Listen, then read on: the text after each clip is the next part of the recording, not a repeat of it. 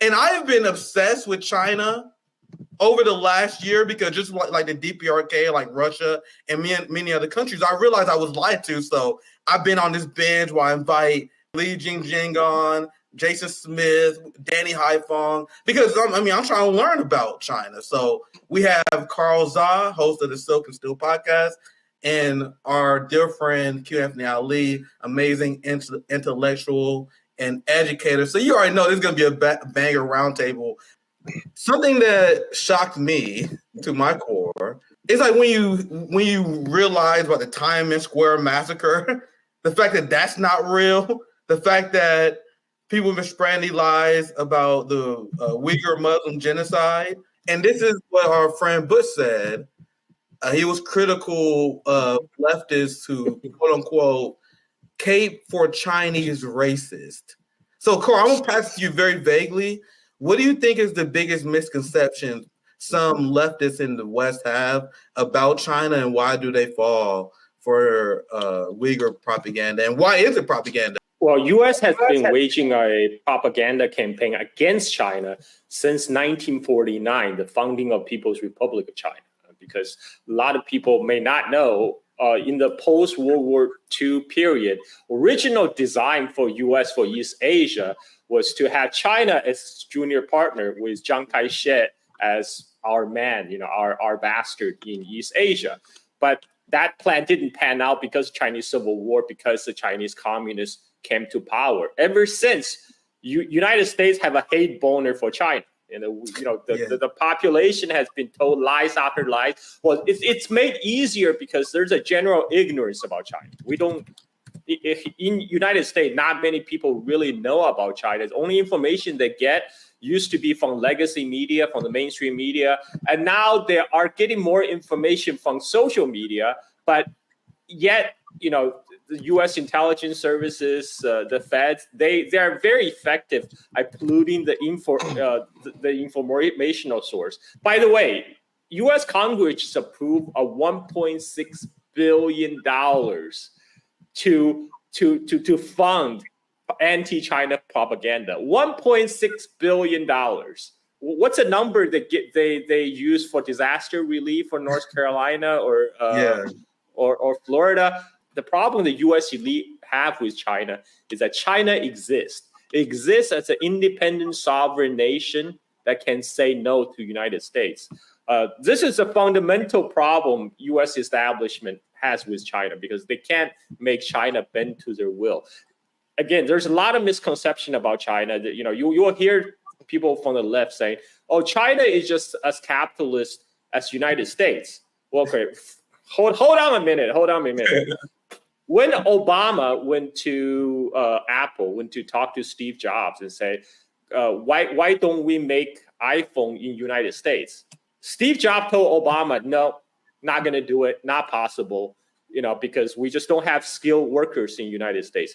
Can you imagine if Xi Jinping had a talk with Jack Ma from Alibaba and said, you got to really source more Chinese components locally? And Jack Ma says to Xi, no, not going to do it. Sorry, that's not profitable.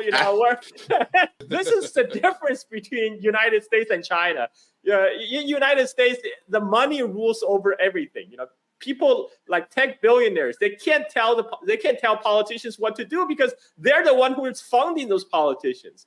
When Obama get such a feedback from a counter from Steve Jobs, there's nothing he could do. He just accepted it.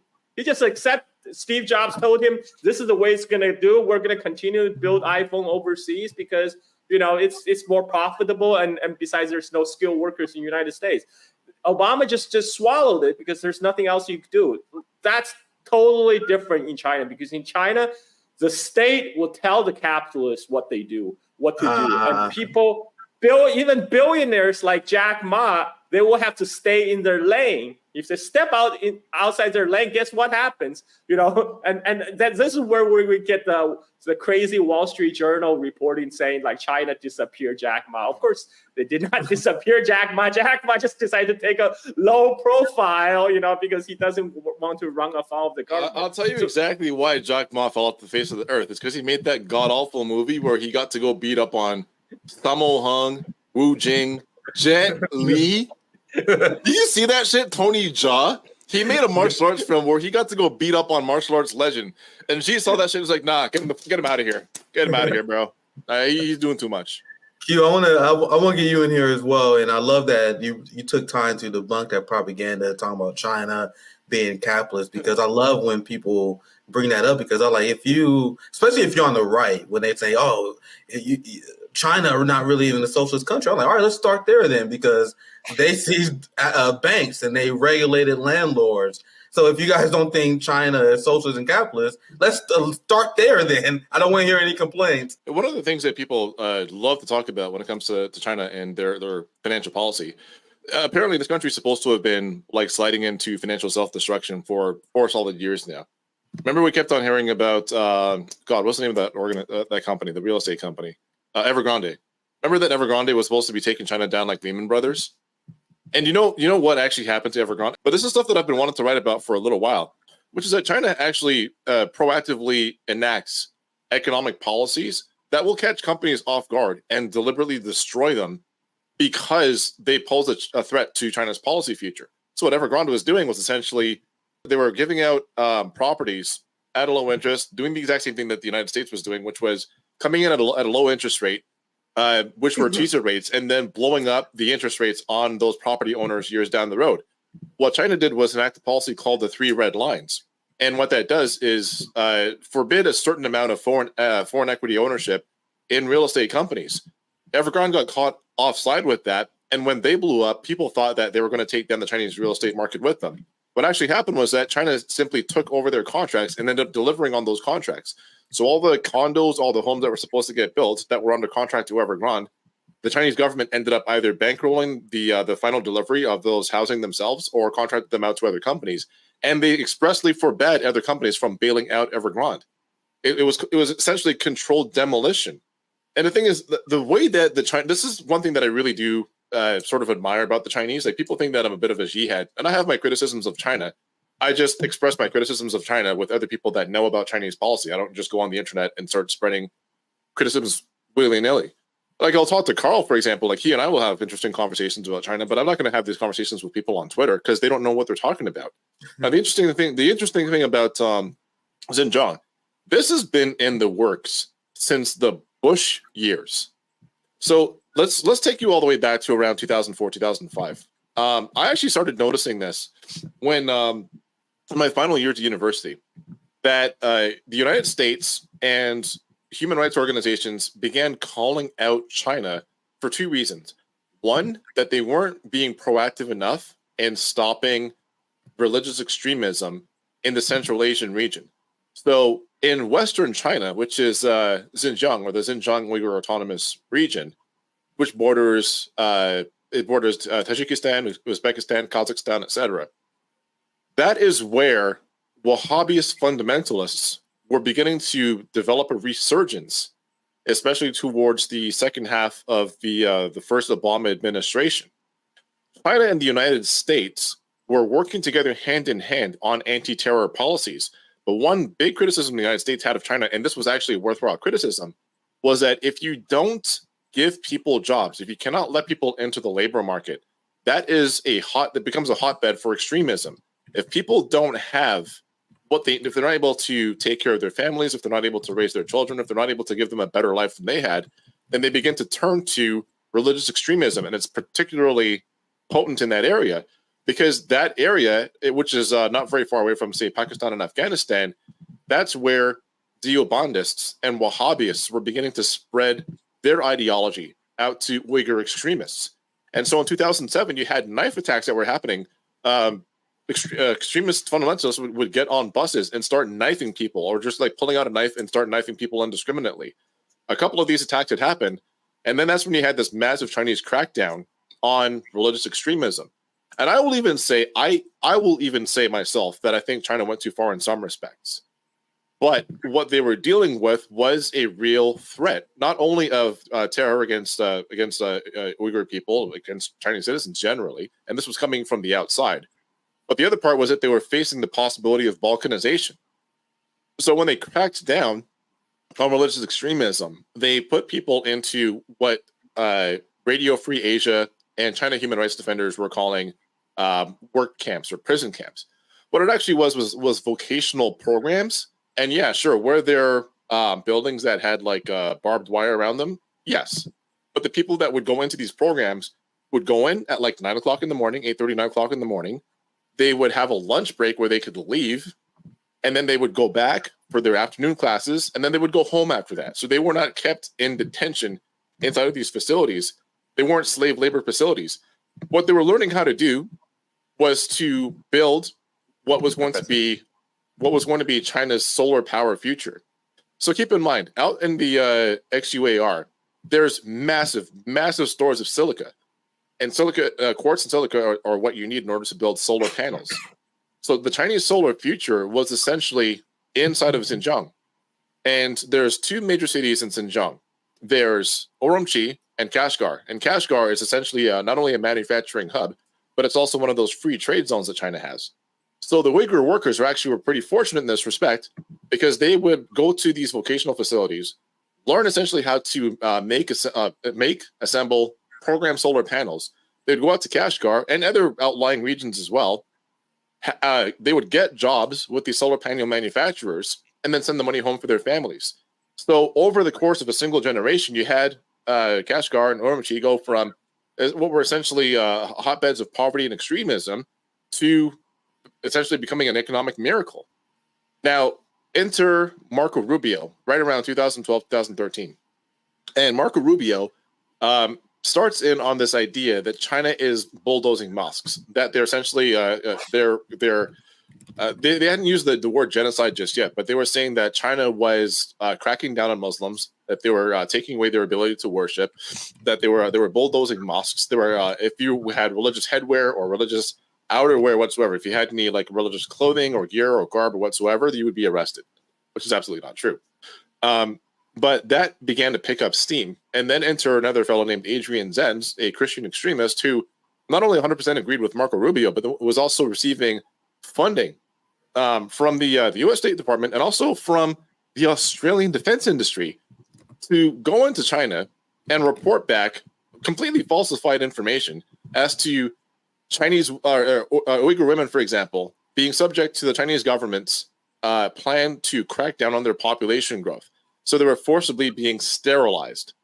And then once you look into these accusations of forced sterilization, what it turns out is that, well, the women were just going to their doctors and asking about birth control. And because they were offered the ability to have birth control, because they had the ability to do family planning, which was the first time that they'd been able to do that in their history, what Zenz did was project how many children they would have had without the ability to get access to contraceptives and say, well, because this amount of children were not born in the region, therefore it must be a genocide because of interference by the Chinese government. We would have had, 35 million children born, but because these women have access to birth control, there's only 20 million children born. Therefore, 15 million children were not born. This constitutes a genocide, and this is what they've been running with for the past decade. This bullshit information, and the reason that isn't it crazy that liberals repeat that too? Because it'll make sense that like the extreme right-wing conservative believe that repeating. It's crazy that liberals believe it. But go ahead, Q. They're repeating a narrative that began with Marco Rubio. They're repeating a narrative that began with a far-right Christian extremist that said that his job, his God-given duty, is to destroy the communist Chinese government. And what this essentially is that the United States never really forgave China for pulling the rug out from underneath Bill Clinton. When Bill Clinton wanted to further develop the special economic zones in China to the extent that they'd be able to have free trade access into China, and he was told no, the United States never forgave China for it. On top of that, the Belt and Road Initiative, which you've probably heard about, and for your viewers, the Belt and Road Initiative is a massive economic project that China's taking on to have gas lines, rail lines, modes of transportation. It's basically a new Silk Road from China all throughout the currently developing global south. And this runs right through the Xinjiang Uyghur Autonomous Region. So they're going to have a rail line and a gas line running right through the region because Xinjiang is also a massive pocket of oil and natural gas. So what the Chinese government is attempting to do is help other countries industrialize and develop themselves. And the United States and the West broadly simply cannot handle that. So they've started this narrative that millions and millions of Uyghur people are being repressed, that they've been killed, that children aren't being born that were supposed to have been born in the first place, that babies are being pulled out of their mother's wombs, and all sorts of other horrific atrocities, which have never been proven true, that they're bulldozing mosques. And the way that they know that Chinese government is bulldozing mosques is because they take aerial images. And if a building once had a minaret, like the dome that you'd find on an old mosque, if there's a building that had a minaret on it before, and the building either no longer has a minaret or the building is no longer there, therefore the mosque was bulldozed. Meanwhile, the Xinjiang Uyghur Autonomous Region has tectonic plates running right underneath it. So this area is massively vulnerable to earthquakes, and it has had earthquakes and floods. What the Chinese government does is rebuild mosques elsewhere that aren't on tectonic plates, or if they do get rebuilt in the same region, that they're earthquake proof, that they actually have safeguards against earthquakes, rather than an earthquake hits the region and then a mosque or other buildings collapse, and then you have massive amounts of casualties, or a flood happens and pushes. Literally, these floods have happened where a flood hits a floodplain where there happen to be cemeteries, and then bodies are pushed out of their graves, like caskets are being pushed out of their graves. So what the Chinese government does is redevelop the region to earthquake-proof the buildings and to build cemeteries, places of worship, and so forth that are protected against the natural elements.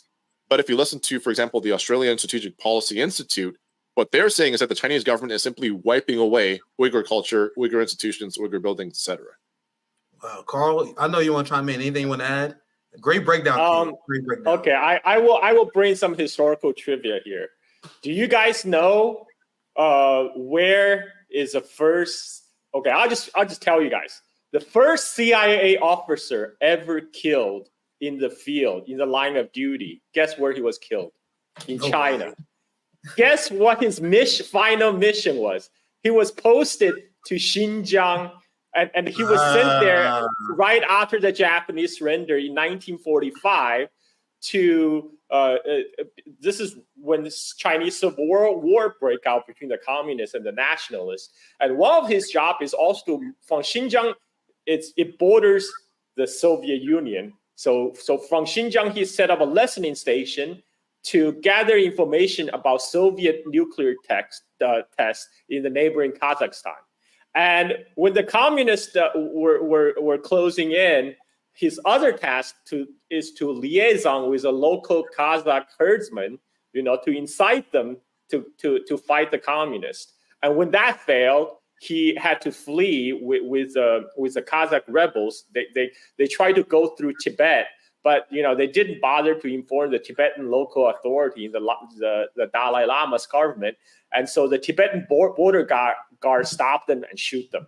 And this is how the first ever CIA officer ever killed in the line of duty died. It was on his final mission to carry out the spy mission in Xinjiang. So U.S. has an interest in this region for a very, very long time. In fact, in the 1980s, so after Nixon, also, CIA people probably also know they funded the Tibetan rebels during the Tibetan rebellion. And my parents, both my mom and my dad, when they graduated college, it just so happened it was happening in Cultural Revolution time. So they were sent down. They're part of so-called the sent down youth. So we're sent down to the Tibetan region in China, and because my mom was a nurse and my dad was an engineer, and my mom remembers. In the early 70s, right after Nixon visited China, this is because CIA cut funding to the Tibetan rebels.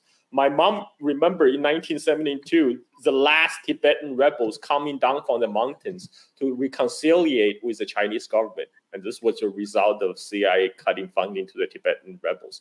And in the 1980s, so this was China U.S. honeymoon period. Both sides were aligned against the Soviet Union after Sino-Soviet split. CIA actually had a listening station in Xinjiang.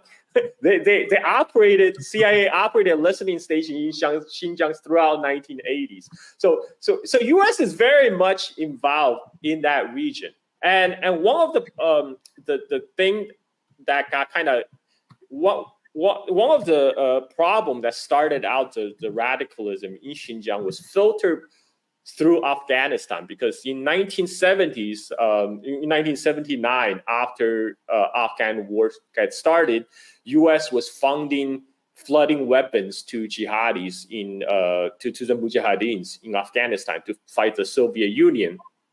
But 1979 was also happened to be the year the Friendship Highway, or the Karakoram Highway, was finished, that connected Xinjiang to Pakistan. So a lot of goods were traveling from China to Pakistan, but along with goods, other things were traveling too. For example, at that time, CIA were trying to provide ground transportation for the rebel, for the Mujahideens. And first, they had this harebrained idea of using Tennessee mules. This has got to be some pork barrel scheme from U.S. senator. They were trying to provide Tennessee mules to carry weapons for Mujahideens, but the Tennessee mules couldn't hack the Afghan climate, and they died in mass. So the CIA went to Xinjiang and they bought hundreds of thousands of donkeys and mules and used them to send them through Pakistan to Afghanistan to supply the Mujahideens. But what happened is, with all the flow of goods, people also travel. This is time when China finally opened up to the outside world. So some young Uyghur men also went to Pakistan, where they study, work. But some of them ended up in the border of Afghanistan and Pakistan, where there's a lot of Saudi-funded madrasas were proliferating to brainwash the children of Afghan refugees. And some of these young Uyghur men ended up there, where they got indoctrinated, and then they ended up going to Afghanistan to fight the so-called jihad against the Soviets. And in the 1990s, after Soviet withdrew in 1989, and then it's a free fall between different Pakistan warlords in Afghanistan. So by 1992, some of these Uyghur jihadists start to come back into Xinjiang, and this is when the earliest terrorist incident in Xinjiang was reported in 1990, and some of these returnees are creating trouble. And there has been a series of incidents of bombings and assassination in Xinjiang all throughout 90s, all throughout 2000 and 2010s. We just don't know about it because we don't know anything outside of China. People don't know anything that was happening in that region. And then as Q Anthony has pointed out, then China started to address the root issue. One of the problems was during the open and reform period of China, there was a transition from a socialist planning economy to a market economy. And during the market economy, some people were left behind, especially in remote regions in Xinjiang. Back in the 70s, early 80s, everyone had state jobs. It doesn't matter whether you're Uyghur, you're Han, you're Kazakh. Everybody get state job. You get a cradle to grave a job, ironclad job security. So everybody was paid the same, even if the salary was very low, but it's equal. When the market forces were introduced, you're going to have inequity start to emerge, right? Some people get richer, some people became poor, and in a very remote area in Xinjiang, and that became more, some problem became more acute. One of the thing is, Xinjiang is an Uyghur autonomous region. What that means is in the autonomous regions, people are entitled to be educated in their own local language. So if you are Uyghur in Xinjiang, you can choose whether to be educated in standard Mandarin, which is a national language in China, or to be educated in the native language, whether it be Uyghur, Kazakh, Kyrgyz, Tajik, whatever. And you can go through kindergarten to college, all be educated in Uyghur language. That was fine during the socialist plus state plan economy. But during the market economy, the people that speak standard Mandarin obviously had a huge leg up than the people who only speak Uyghur. At this time, a lot of people don't even speak standard Mandarin in Xinjiang because they don't have to. But because in China, the economic development in China started in the East Coast. That's where all the factories started producing, toys, shoes for export. And all the goods were manufactured in the East Coast. And to be able to hitch yourself into that part of the dynamic economy, you got to know the language. You got to be able to speak standard Mandarin. A lot of people even in the 1980s, Xinjiang, outside the big cities, outside the Urumqi, people in the rural area especially, they didn't even speak standard Mandarin. And that's another thing. At the time, Xinjiang was primarily an agricultural economy. 80% of the people were engaged in subsistence agriculture. And for people who don't know, Xinjiang, the area of Xinjiang is huge. It's the size of Alaska. But there's actually very little parts of Xinjiang is habitable because most of the Xinjiang is either the giant Tianshan mountain range or the Taklamakan Desert, which is the world's second largest moving sand desert after Sahara Desert. And so people live in these oasis towns that was fed by glacial runoffs in the middle of the desert. So there's not that much arable land. But from 1949, from the founding of the People's Republic of China to 1980, 1990s, there has been a population growth. Like the Uyghur population increased from 3 million in 1949. It quadrupled. It more than quadrupled. Yeah, it more than quadrupled. But all these people were still primarily engaged in subsistence agriculture on very limited piece of arable land that's surrounded by desert.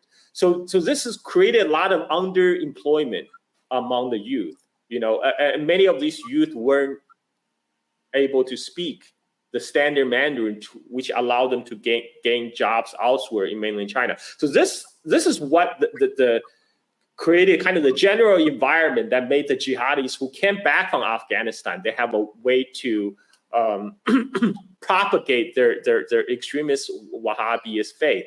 And this is the problem that Chinese government was trying to address. So they thought, okay, well, from the Marxist point of view, everything is economic. We got to address the material condition.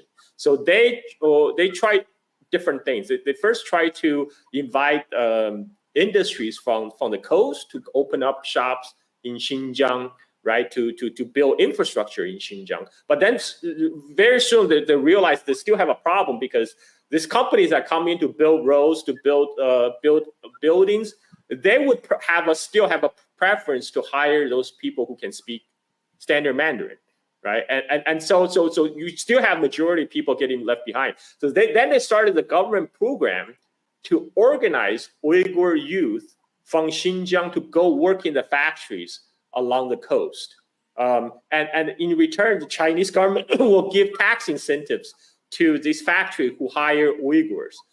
This would be the basis, what later they termed the Uyghur slave labor, by the way, because they said this is state organized, so there must be coercion involved, there's forced migration, forced transportation of people from one place to another, and that's part of where they began to lay the genocide narrative, was that people were being forcibly transported from one area to or one region to another. And what's really happening, and the thing is, if you're a Canadian, you should be able to completely understand this. So I'll put it this way: when in the early 2000s through about the 2010s, up until the big fire at Fort McMurray, you had thousands upon thousands upon thousands of Canadians from all over the place, from Ontario, from Quebec, from Newfoundland, from PEI. They were coming from all over Canada, and they were migrating to Calgary, Fort McMurray, etc.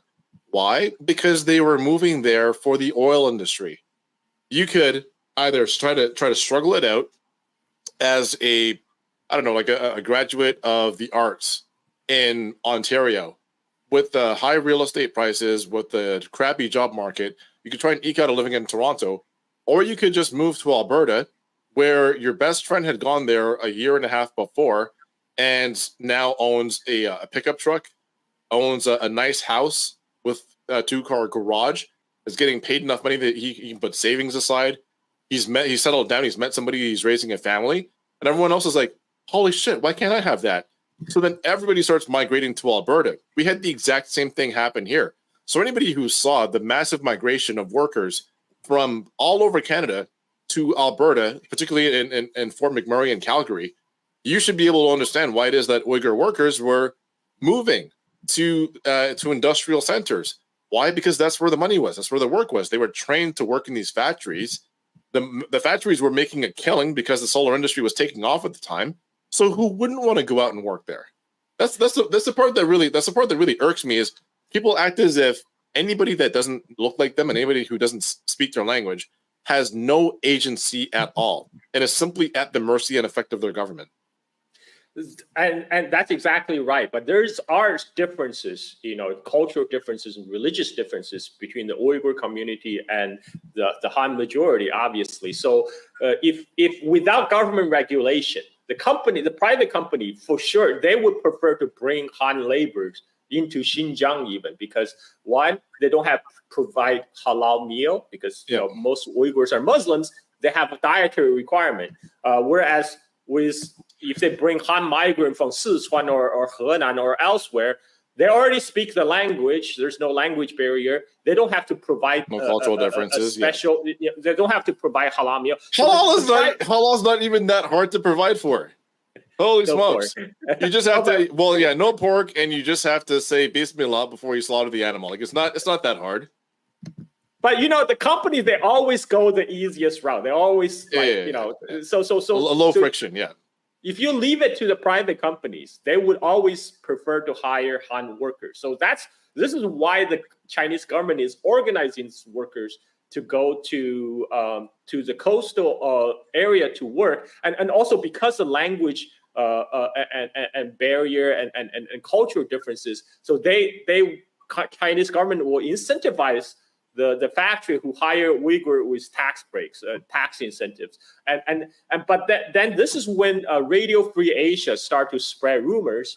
They start reporting there's a lot of resistance in the more conservative rural religious area because the parents think their daughters is going to go to the big coastal cities and become whores and like they are going to abandon their religion and then going to start drinking and partying and hang out with Han Chinese boys or whatever. So they start to spread that rumor in Xinjiang to create trouble for this government program. And then in 2009, this was the time of the great financial crisis. A lot of the factories were shut down. That the factory were built for export for United States were shut down because the economy was drying up in U.S. because of subprime crisis and all that. And then this is when tension started because you have a lot of Han Chinese workers in Guangdong. They're getting laid off because the factories are closing down, and they see the government still ship all these Uyghurs into the factories where because the government is giving tax incentive to these factories to have them continue to hire Uyghur workers. So there was a rumor that started in 2009. I saw this online happen in real time, by the way, because I spent a lot of time on the Chinese internet. And someone reported a Han Chinese girl went to the dormitory because in China, in the factories, workers live in the dorms. The factory will construct a dormitory where all the workers together. But because of Uyghurs, they have special cultural, linguistic, and dietary differences. They usually have their own separate dormitory, area. So the rumor started was this Han Chinese girl went inside by accident, wandering into the Uyghur man's dormitory, and she was raped. But the government is trying to hush up. Government is trying to block out the news. They're trying to keep this to avoid any criticism of the government policy. So this rumor spread like wildfire, and there was thousands of men gathered outside the Uyghur dormitory in I think this was Dongguan in Guangdong, and that started a massive brawl between the Han Chinese workers and the Uyghur workers. couple Uyghur men were killed in this mob violence, and then this news then fed back to Xinjiang via a lot of the U.S. social media is not blocking China. YouTube, Twitter, Facebook was all available in China. So a lot of the Uyghur diaspora group funded by NED, a National Endowment for Democracy, they start to spread rumors in Xinjiang about, there's all these, your sons and daughters you sent to factories working the East Coast, they're being mass lynched. Young Uyghur women were raped in their factory dorms, and so this created a huge anger. There was a huge protest in the capital of Xinjiang, Urumqi, on July 5th, 2009, and that protest soon spiraled out of control. The people couldn't storm into the government building, so the crowd dispersed into the surrounding areas. And this was a time when was during the evening rush hour. A lot of the buses, a lot of the people getting off their work, office workers getting off their work, they're taking the buses home, and a lot of this bus route goes through like the Uyghur neighborhood of Urumqi, and people were being pulling out of the buses and attack and kill. This was the July 5th Urumqi riot. It was over 2,000 people were injured and 200 people killed, and so this was what was started the Chinese government security crackdown in Xinjiang, when they realized, okay, we have a big problem. We actually do have a big problem in Xinjiang, and this is when they intensified, both the organizing people to work in the factories, but also they started what they call vocational training, but it's also part de-radicalization center. Of course, there's involuntary features. Obviously people had to go when they're being told by the police they had to go. So but the idea was always to eventually integrate these people back into the society. The idea is de-radicalization. So they steer away from extremist ideology, but at the same time, while they're there, they learn a marketable skill, whether whatever that once they are out of the program, once they're out of the de-radicalization program, they can become a productive member of the society. That was what the program was designed for. I mean, are there some cases where Chinese government went overboard? Maybe that's possible. Are there instant abuse? That's also possible. Yeah, I think for example, like one piece of criticism that I think sticks is having Chinese officials literally go into people's homes and stay there, right? I could see how that's I mean, that's fundamentally a violation, but again, like you're dealing with a situation where you have to choose between either cracking down on that extremism, and you're talking about the 2009 riots, right? Yeah, 2009. Right, and that was the type of unrest that hadn't been seen since the revolution. So you're choosing between that or trying to establish some sort of order. So on the one hand, like, no, I'm not going to say that was a really dumb idea as far as I'm concerned. But but now that doesn't happen anymore. Like the officials are no longer staying with the families forcefully. People don't feel that they're under surveillance all the time. And I think it was Danny Haifeng went there. Didn't he go there this past year? Yeah. Just to check it out and talk to people. Yeah. Just check it out, see what's happening, talk to people. And this has been happening since about 2022, where an Associated Press reporter went there, and you know what he reported back? I forget the name of the reporter, but an Associated Press reporter goes there and travels all around, like not just Urumqi, but around the surrounding region. I think he went to Kashgar also, and reported back that people were drinking in the streets. That it's terrible. This is actually in a way worse than before, because you have Muslims who are drinking. I never heard of that before. I will say that's a worse state of affairs. I can say that because I'm Muslim. It's like, wait a second, you all are doing what now? Haram, right? But any secular American shouldn't really give a shit. Exactly.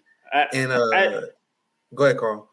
Yeah, and by the way, the re-education program, the radicalization vocational center, whatever you call it, that all ended in 2019.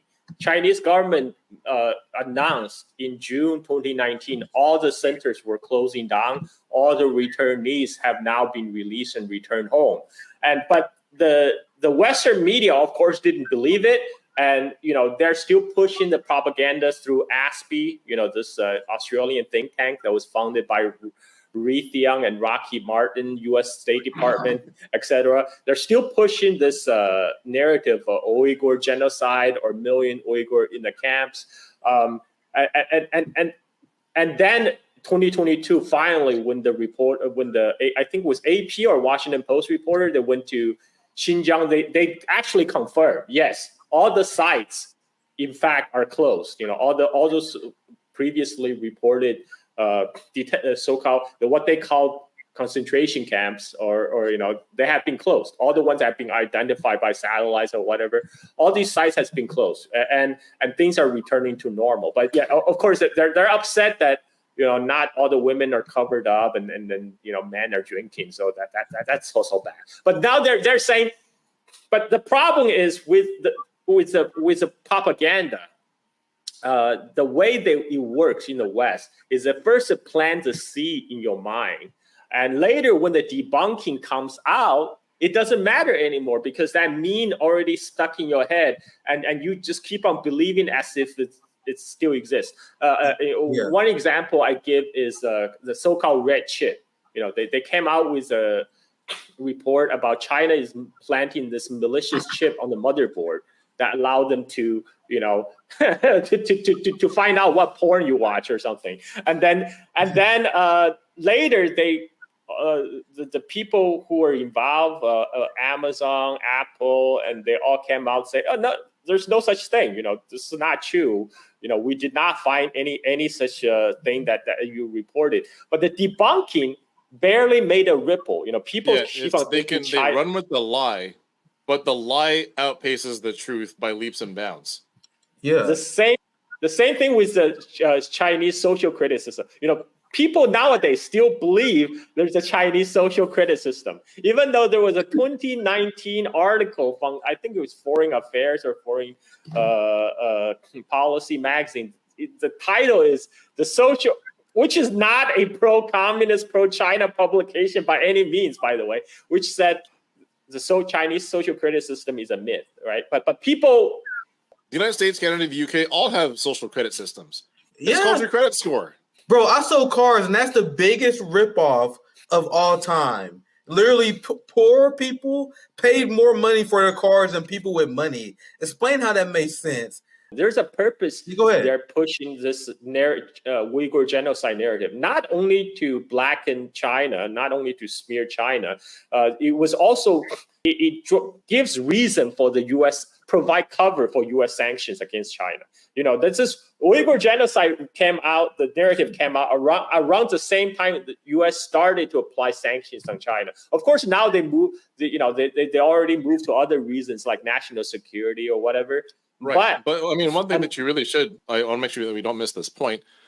One of the biggest reasons that the United States is levying these sanctions against China is because they are deliberately trying to exclude Uyghur workers from the labor supply. So when you look at what these sanctions are saying and what products it's on products, it's mostly on electronic products, but specifically semiconductors and solar panels. Why? Because the United States cannot compete in these areas. So it's a 2-for-1 deal. If you sanction semiconductors and solar panels, not only do you allow Americans to compete, but you're also putting Uyghur workers out of work. They're sanctioning any products. It's not a matter of Uyghur workers are being exploited. Well, how do you know that? By what metric are you saying that Uyghur workers are being exploited? I've talked to people that have interviewed Uyghur workers. They work 8, 9, 10 hours a day sometimes, but they do get overtime pay. So they're not being told within these sanctions. The United States government is not being reported to that X, Y, and Z labor violations are happening. It's just that an Uyghur worker at some point along the supply chain has touched this product, and the answer is nope. It's going to be sanctioned. It's on the sanction list. And once you do that, what they're hoping to do is pressure companies into not hiring Uyghur workers to put them back into the situation that they were in back in 2007, 8, 9 when they had the Urumqi riots. They want to recreate those conditions. Wow. And another reason they're pushing this Uyghur genocide narrative, this is very important. It's to distract from the Israeli atrocity in Palestine. I'm glad you brought that They up. do this all the time. I remember there was a time, I think it was back in 2018 even, when Israel was bombing Gaza back then. They started push suddenly all the mainstream media is talking about Xinjiang as an open air prison. Yep. Everyone knows Gaza is an open air prison. Yeah, they literally started stealing the language. You guys know I watch too much corporate media, and I noticed this as well. They steal the language that we use in order to describe their propaganda psyop attempts. Yep, this was during the I remember this. I do remember this, Carl. It was during the Gaza border protest, which ended up turning into a firefight. This is where Israeli snipers were just killing school children, like targeting young girls and shooting them in the head. And what did you see on the news? It wasn't that. It wasn't any sort of connecting the Gaza border protests to Operation Protective Edge, which was another genocidal campaign by Israel against the people of Gaza. What you were hearing about was that the Uyghur people are living inside of an open-air prison, that they're being kidnapped, they're being disappearing inside of these facilities, that people are trying to cross the border, being captured by Chinese authorities and never being heard from again.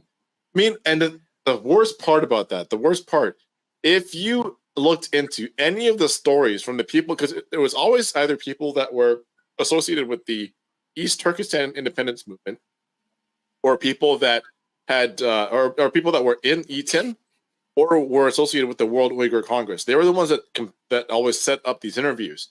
And I remember there was a lady. Her name was Tursunay Ziawudin. I hope I got the name correct. You remember her? The one that was saying that the Chinese government took her passport. Somehow she got across the border to Kazakhstan, but then she showed CNN the passport that was supposedly taken by Chinese authorities. So it's like, lady, hold on. If your passport was stolen by Chinese authorities, how do you have a passport to provide to CNN? Yeah, and it shows a date. It shows a date when the visa was issued, when the passport was issued.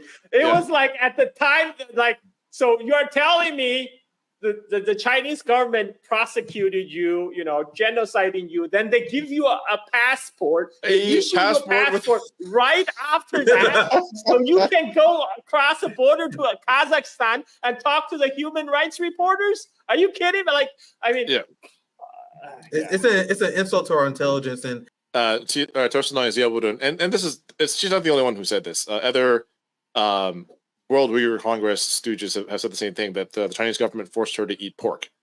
Now, I wish people would actually learn a little bit about Islam before like spreading these fabrications. But if there's no other food available to eat, so if you are deprived of food and pork is the only food that is made available to you, pork becomes halal. Did you know that?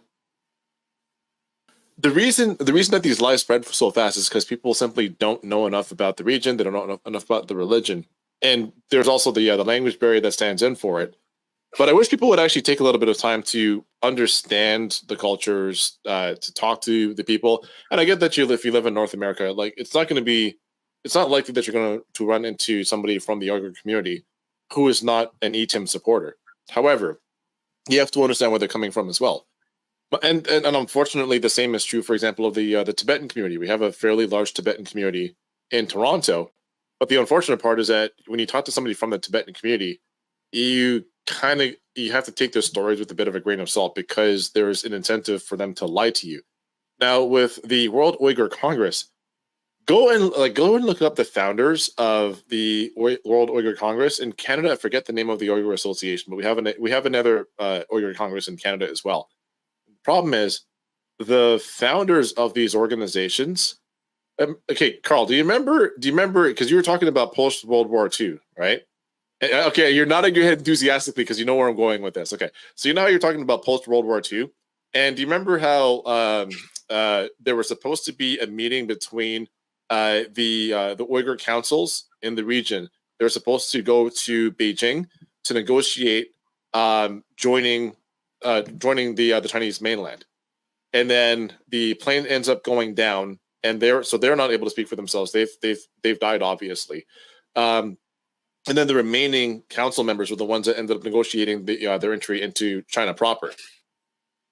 Now, some of those who passed away in that wreck were part of a fascist coalition, and some of those remaining were part of a fascist coalition as well. The ones remaining ended up having to flee Xinjiang and flee China altogether. Some of them ended up in the United States. Some of them ended up in Taiwan. And the reason that they left is because they were militantly fascist people. They not only did not believe in any sort of like admixture, any sort of cooperation, any kind of community with Han Chinese, they didn't believe in that kind of cooperation or unity with anybody. They were virulently racist, fascist people, and their own sons were the founders of the World Uyghur Council. So if you look into the background of if you look into the background of the World Uyghur Congress, it's an explicitly fascist organization that advocates for armed terror and takeover of the Xinjiang Uyghur Autonomous Region. So when you listen to these stories about these Uyghur refugees, these escapees, etc., that have these horrible, heart-wrenching stories, you also have to understand the organization that wrangles those interviews is an explicitly fascist organization. This is, I mean, people in Canada would understand this if you make an analogy to the Ukrainian diaspora, after World War II. I mean, this is the same. This is the same. All these like fascist element, they escaped to paradise in Canada and U.S. and this happened with the Cuban exile as well. The Vietnamese diaspora that escaped after 1975 liberation of Saigon. And I would like to point out the founder and executive director of the Campaign for Uyghur is one named Rusan Abbas. And Rusan Abbas admitted on air she worked for the Pentagon as an interpreter at Guantanamo Bay to interrogate. I remember that, yeah. to interrogate the Uyghur prisoners that held on Guantanamo Bay. Okay, she's literally a U.S. government contractor, right? And she is the one that's funded the Campaign for Uyghur, who's pushing all these propaganda porns on the internet. And a lot of the time you look at these propaganda porns, like one of the famous example, you see this video of a police beating this poor man, easily fool Americans and the people who don't speak Indonesian, because it was an Indonesian video like from years ago, like a thief was caught and the Indonesian police was beating him, and he became viral in Indonesia. So they just put a Chinese flag on that video and said, this is the Han Chinese police persecuting a helpless Uyghur man, Because the most people who bought into this narrative, they don't even know what Uyghur look like or what language So if they see this Indonesian video, they're like, oh my God, this Chinese committing horrible atrocity again. And another example is when they use that BDSM porn from Taiwan of a man who was getting all wrapped up and turned around, and then say that was some kind of Chinese torture, Chinese police special. I mean, it was Taiwanese degeneracy.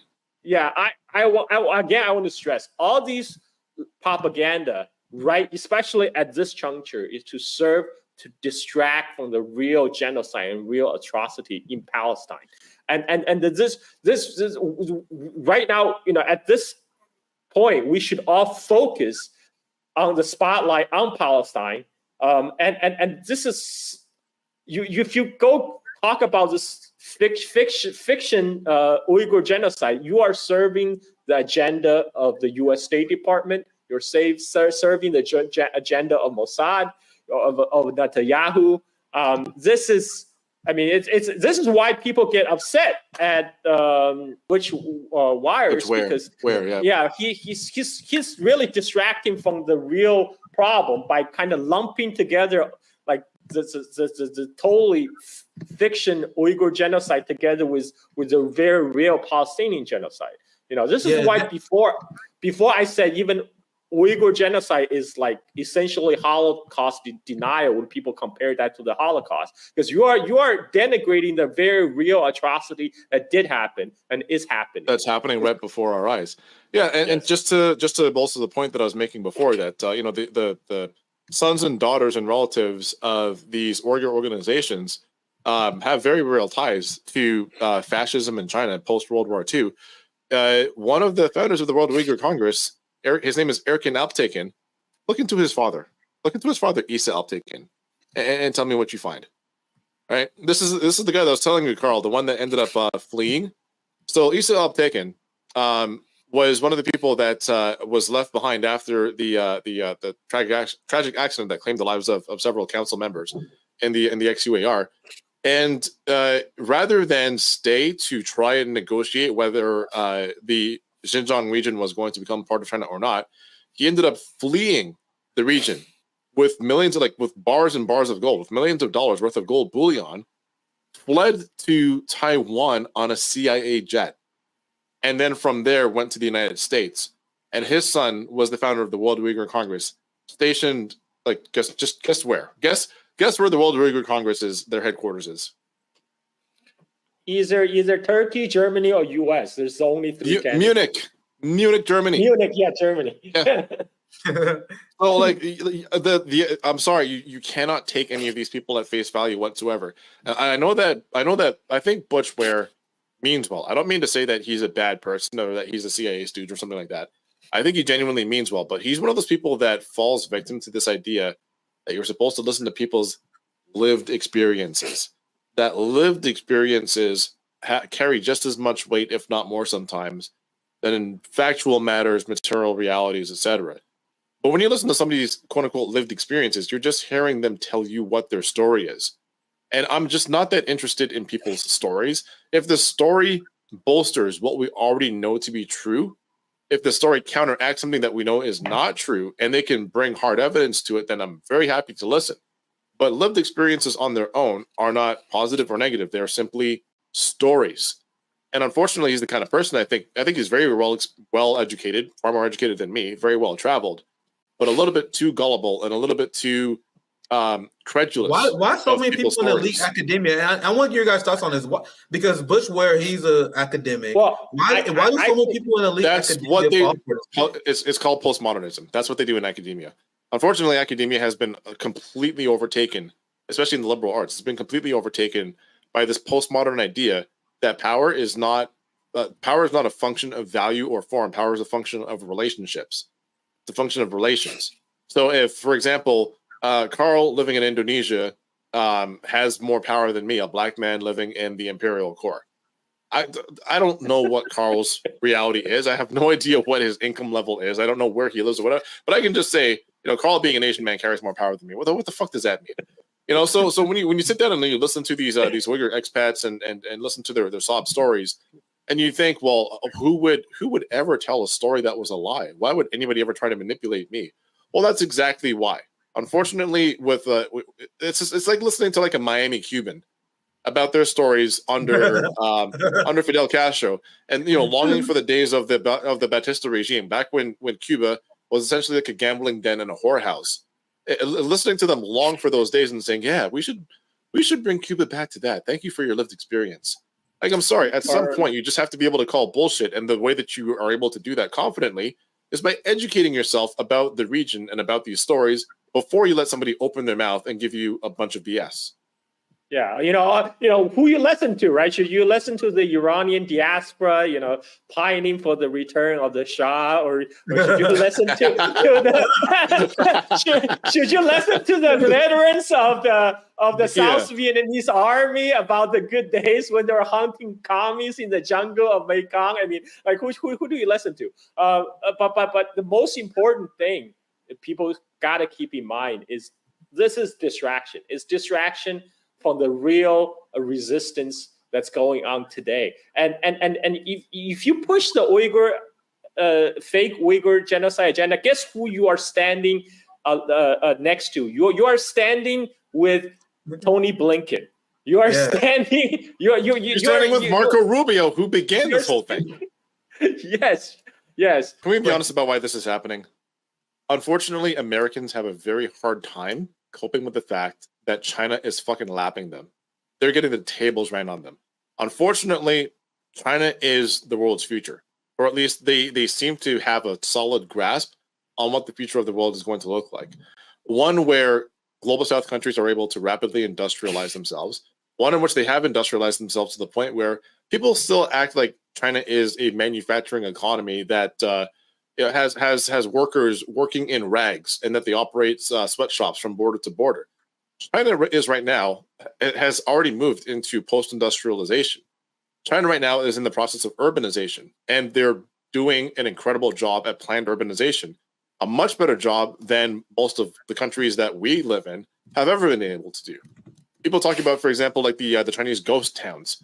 What are these ghost towns? They're cities that were planned in advance. The government says we are going to need to be able to fit all of the people that live in this country somewhere. Where are they going to go? How about we build and modernize, have apartment buildings, condos, train services, restaurants, gas stations, pretty much everything that is people need already in existence before they even get there, rather than our current model that we have in North America, which is letting our governments be led by the nose by real estate developers. Unfortunately, China is incredibly good at their managed, planned economy. We haven't been able to catch up. They are far ahead of us in terms of technological progress. They're outpacing us by leaps and bounds. And I think that there's a bit of a racist element to it where we look at them and say, how fucking dare they? How dare these yellow people run the tables on us? Exactly. Who do you think you are? Those are the neocon liberal types who hate China for geopolitical purposes. But when you look at Butch Ware, and even my friend, and once again, just like I like Butch, I like Shama. They've been good to RB, and I think they're good faith people. Last time I had Shama on, I agree with Shama 99% on everything, and we always have a great time. The first time we ever had disagreement, it was on China. And I want to get your guys' thoughts on this because this is what I was thinking. I think a lot of people in the West, they can't rationalize how evil our government is. So they see how corrupt the United States is. They see how evil the United States is. And in order to cope with that fact, they tell themselves that other governments are as corrupt as bad as the United States. They're like, oh no, you think America's the only corrupt country? Motherfucker, it's about time for us to say there's no other corruption like Western American corruption. There's nothing like Zionism. There's nothing like the American neoliberal capitalist structure. And in order to cope with living in the evil empire, they tell themselves like, oh man, Russia has to be bad too, right? China has to be bad too. Other countries that provide healthcare to their own people, like Russia, for example, like countries like China with an average rent at $500 compared to ours, they gotta rationalize in their mind. Look, I'll pass the panel. Carl, Q. You guys hit the nail right on, man. Like a lot of this copium they're producing. The more China rises, or more copium it's going to produce in U.S. and the West. And the copium is to continually tell people, "Oh, you think it's bad over here." These are the dangerous emissions we have to worry about. You think it's bad here in U.S. No, China is worse. China is doing much worse than us. So you don't have to worry about it. You don't have to. You can't just tune out because everywhere is bad. But this is another opportunity here I want to address. Like China is just another capitalist, imperialist country, whatever. High-speed rails. If you look at the Western publications, they're all constantly throwing shade on China, say, "Oh, the high-speed rail is not profitable." This is because they're not building this for profit. They're not building high-speed rail for profit. Only like a hyper-capitalist society in United States must center everything on profit rather than centering on people. In China, they build a high-speed rail so people can have great public infrastructure. And in doing so, they're actually creating an add-on economic effect by promoting tourism, by promoting economic growth that's connecting different cities together. But these things are hard to understand for the Wall Street types because they only see the short-term, the quarterly earning reports, right? That's the only thing they understand, the stock price. That's why, this is why it's ridiculous to the say United China States is and Western countries, they live essentially from financial quarter to financial quarter, whereas China is planning out in terms of years, if not decades. So, and with the United States, you're planning your government, your infrastructure, your municipal treatment, anything that has to do with government-provided services or government-backed products, industries, etc. Those are being planned out from election cycle to election cycle, which in the U.S. is basically on an annual basis. Whereas with China, granted, like they have their own elections, but their plans aren't in terms of quarters or election cycles. Their plans are over the course of decades, which again, which is why the Belt and Road Initiative, as wildly successful as it's been so far, and as far as it has to go, these are things that you look 5 years, 10 years out, and you're going to wonder to yourself, how the hell did we let ourselves get rooked like this? How is it that we're not involved? Well, right now, the only way that the United States and Western countries know how to participate in, say, the Belt and Road Initiative or the rapid industrialization of the global South, in partial thanks to financed capital provided by the Chinese government, also being provided by the Russians and Indians, etc. But that's another kettle of fish. The only way that they know how to participate in it is to try and disrupt it, to try and tell its own people that there's a cost to all this, that there is a new imperialism happening, and it's coming from the Far East. This untrustworthy yellow horde is flooding into Africa, to South America, to the Caribbean, etc., and they're making these countries their own, or to essentially try to back terror groups and drop them in Chinese laps, drop them in Russian laps. That's the only way they know how to participate. Like people now have some ridiculous notion as in like, oh, China trade with Africa, that means China is neo-imperialist. Like what? Like I literally post a video of a Chinese factory in Madagascar where they hire local workers to make fake nails. And the workers were celebrating because they just made their monthly quota in advance. So that means they will get bonuses. And people look at that video. I saw some comments. There's like, I'm sorry, I'm pro-China, but this is imperialism. I'm like, what do you mean? This is imperialism. I mean, this is literally just trade. That just dumbed down what imperialism actually is, just like comparing the genocide in Gaza to Uyghur. That's why I hate when people say that, because what you actually doing, you're dumbing down what imperialism actually is. But continue, Carl. That's exactly right. What they're really doing is like saying what you said before. Oh, China is just as bad as United States. So like China, there's no alternative model to United States to this world to lead this world, because everyone is bad. You might as well be complacent, be happy with what you got, the U.S.-led hegemony. Western elite academia doesn't have shit on this. You know what I mean? This is the education that we in the working class, we as anti-imperialists, must be obsessed about, must continue to spread in our communities, because we can't allow counter-revolutionary CIA propaganda spreading in our coalition. So that's why equipping ourselves with this knowledge is the best we can do. And hopefully you guys enjoyed this lecture.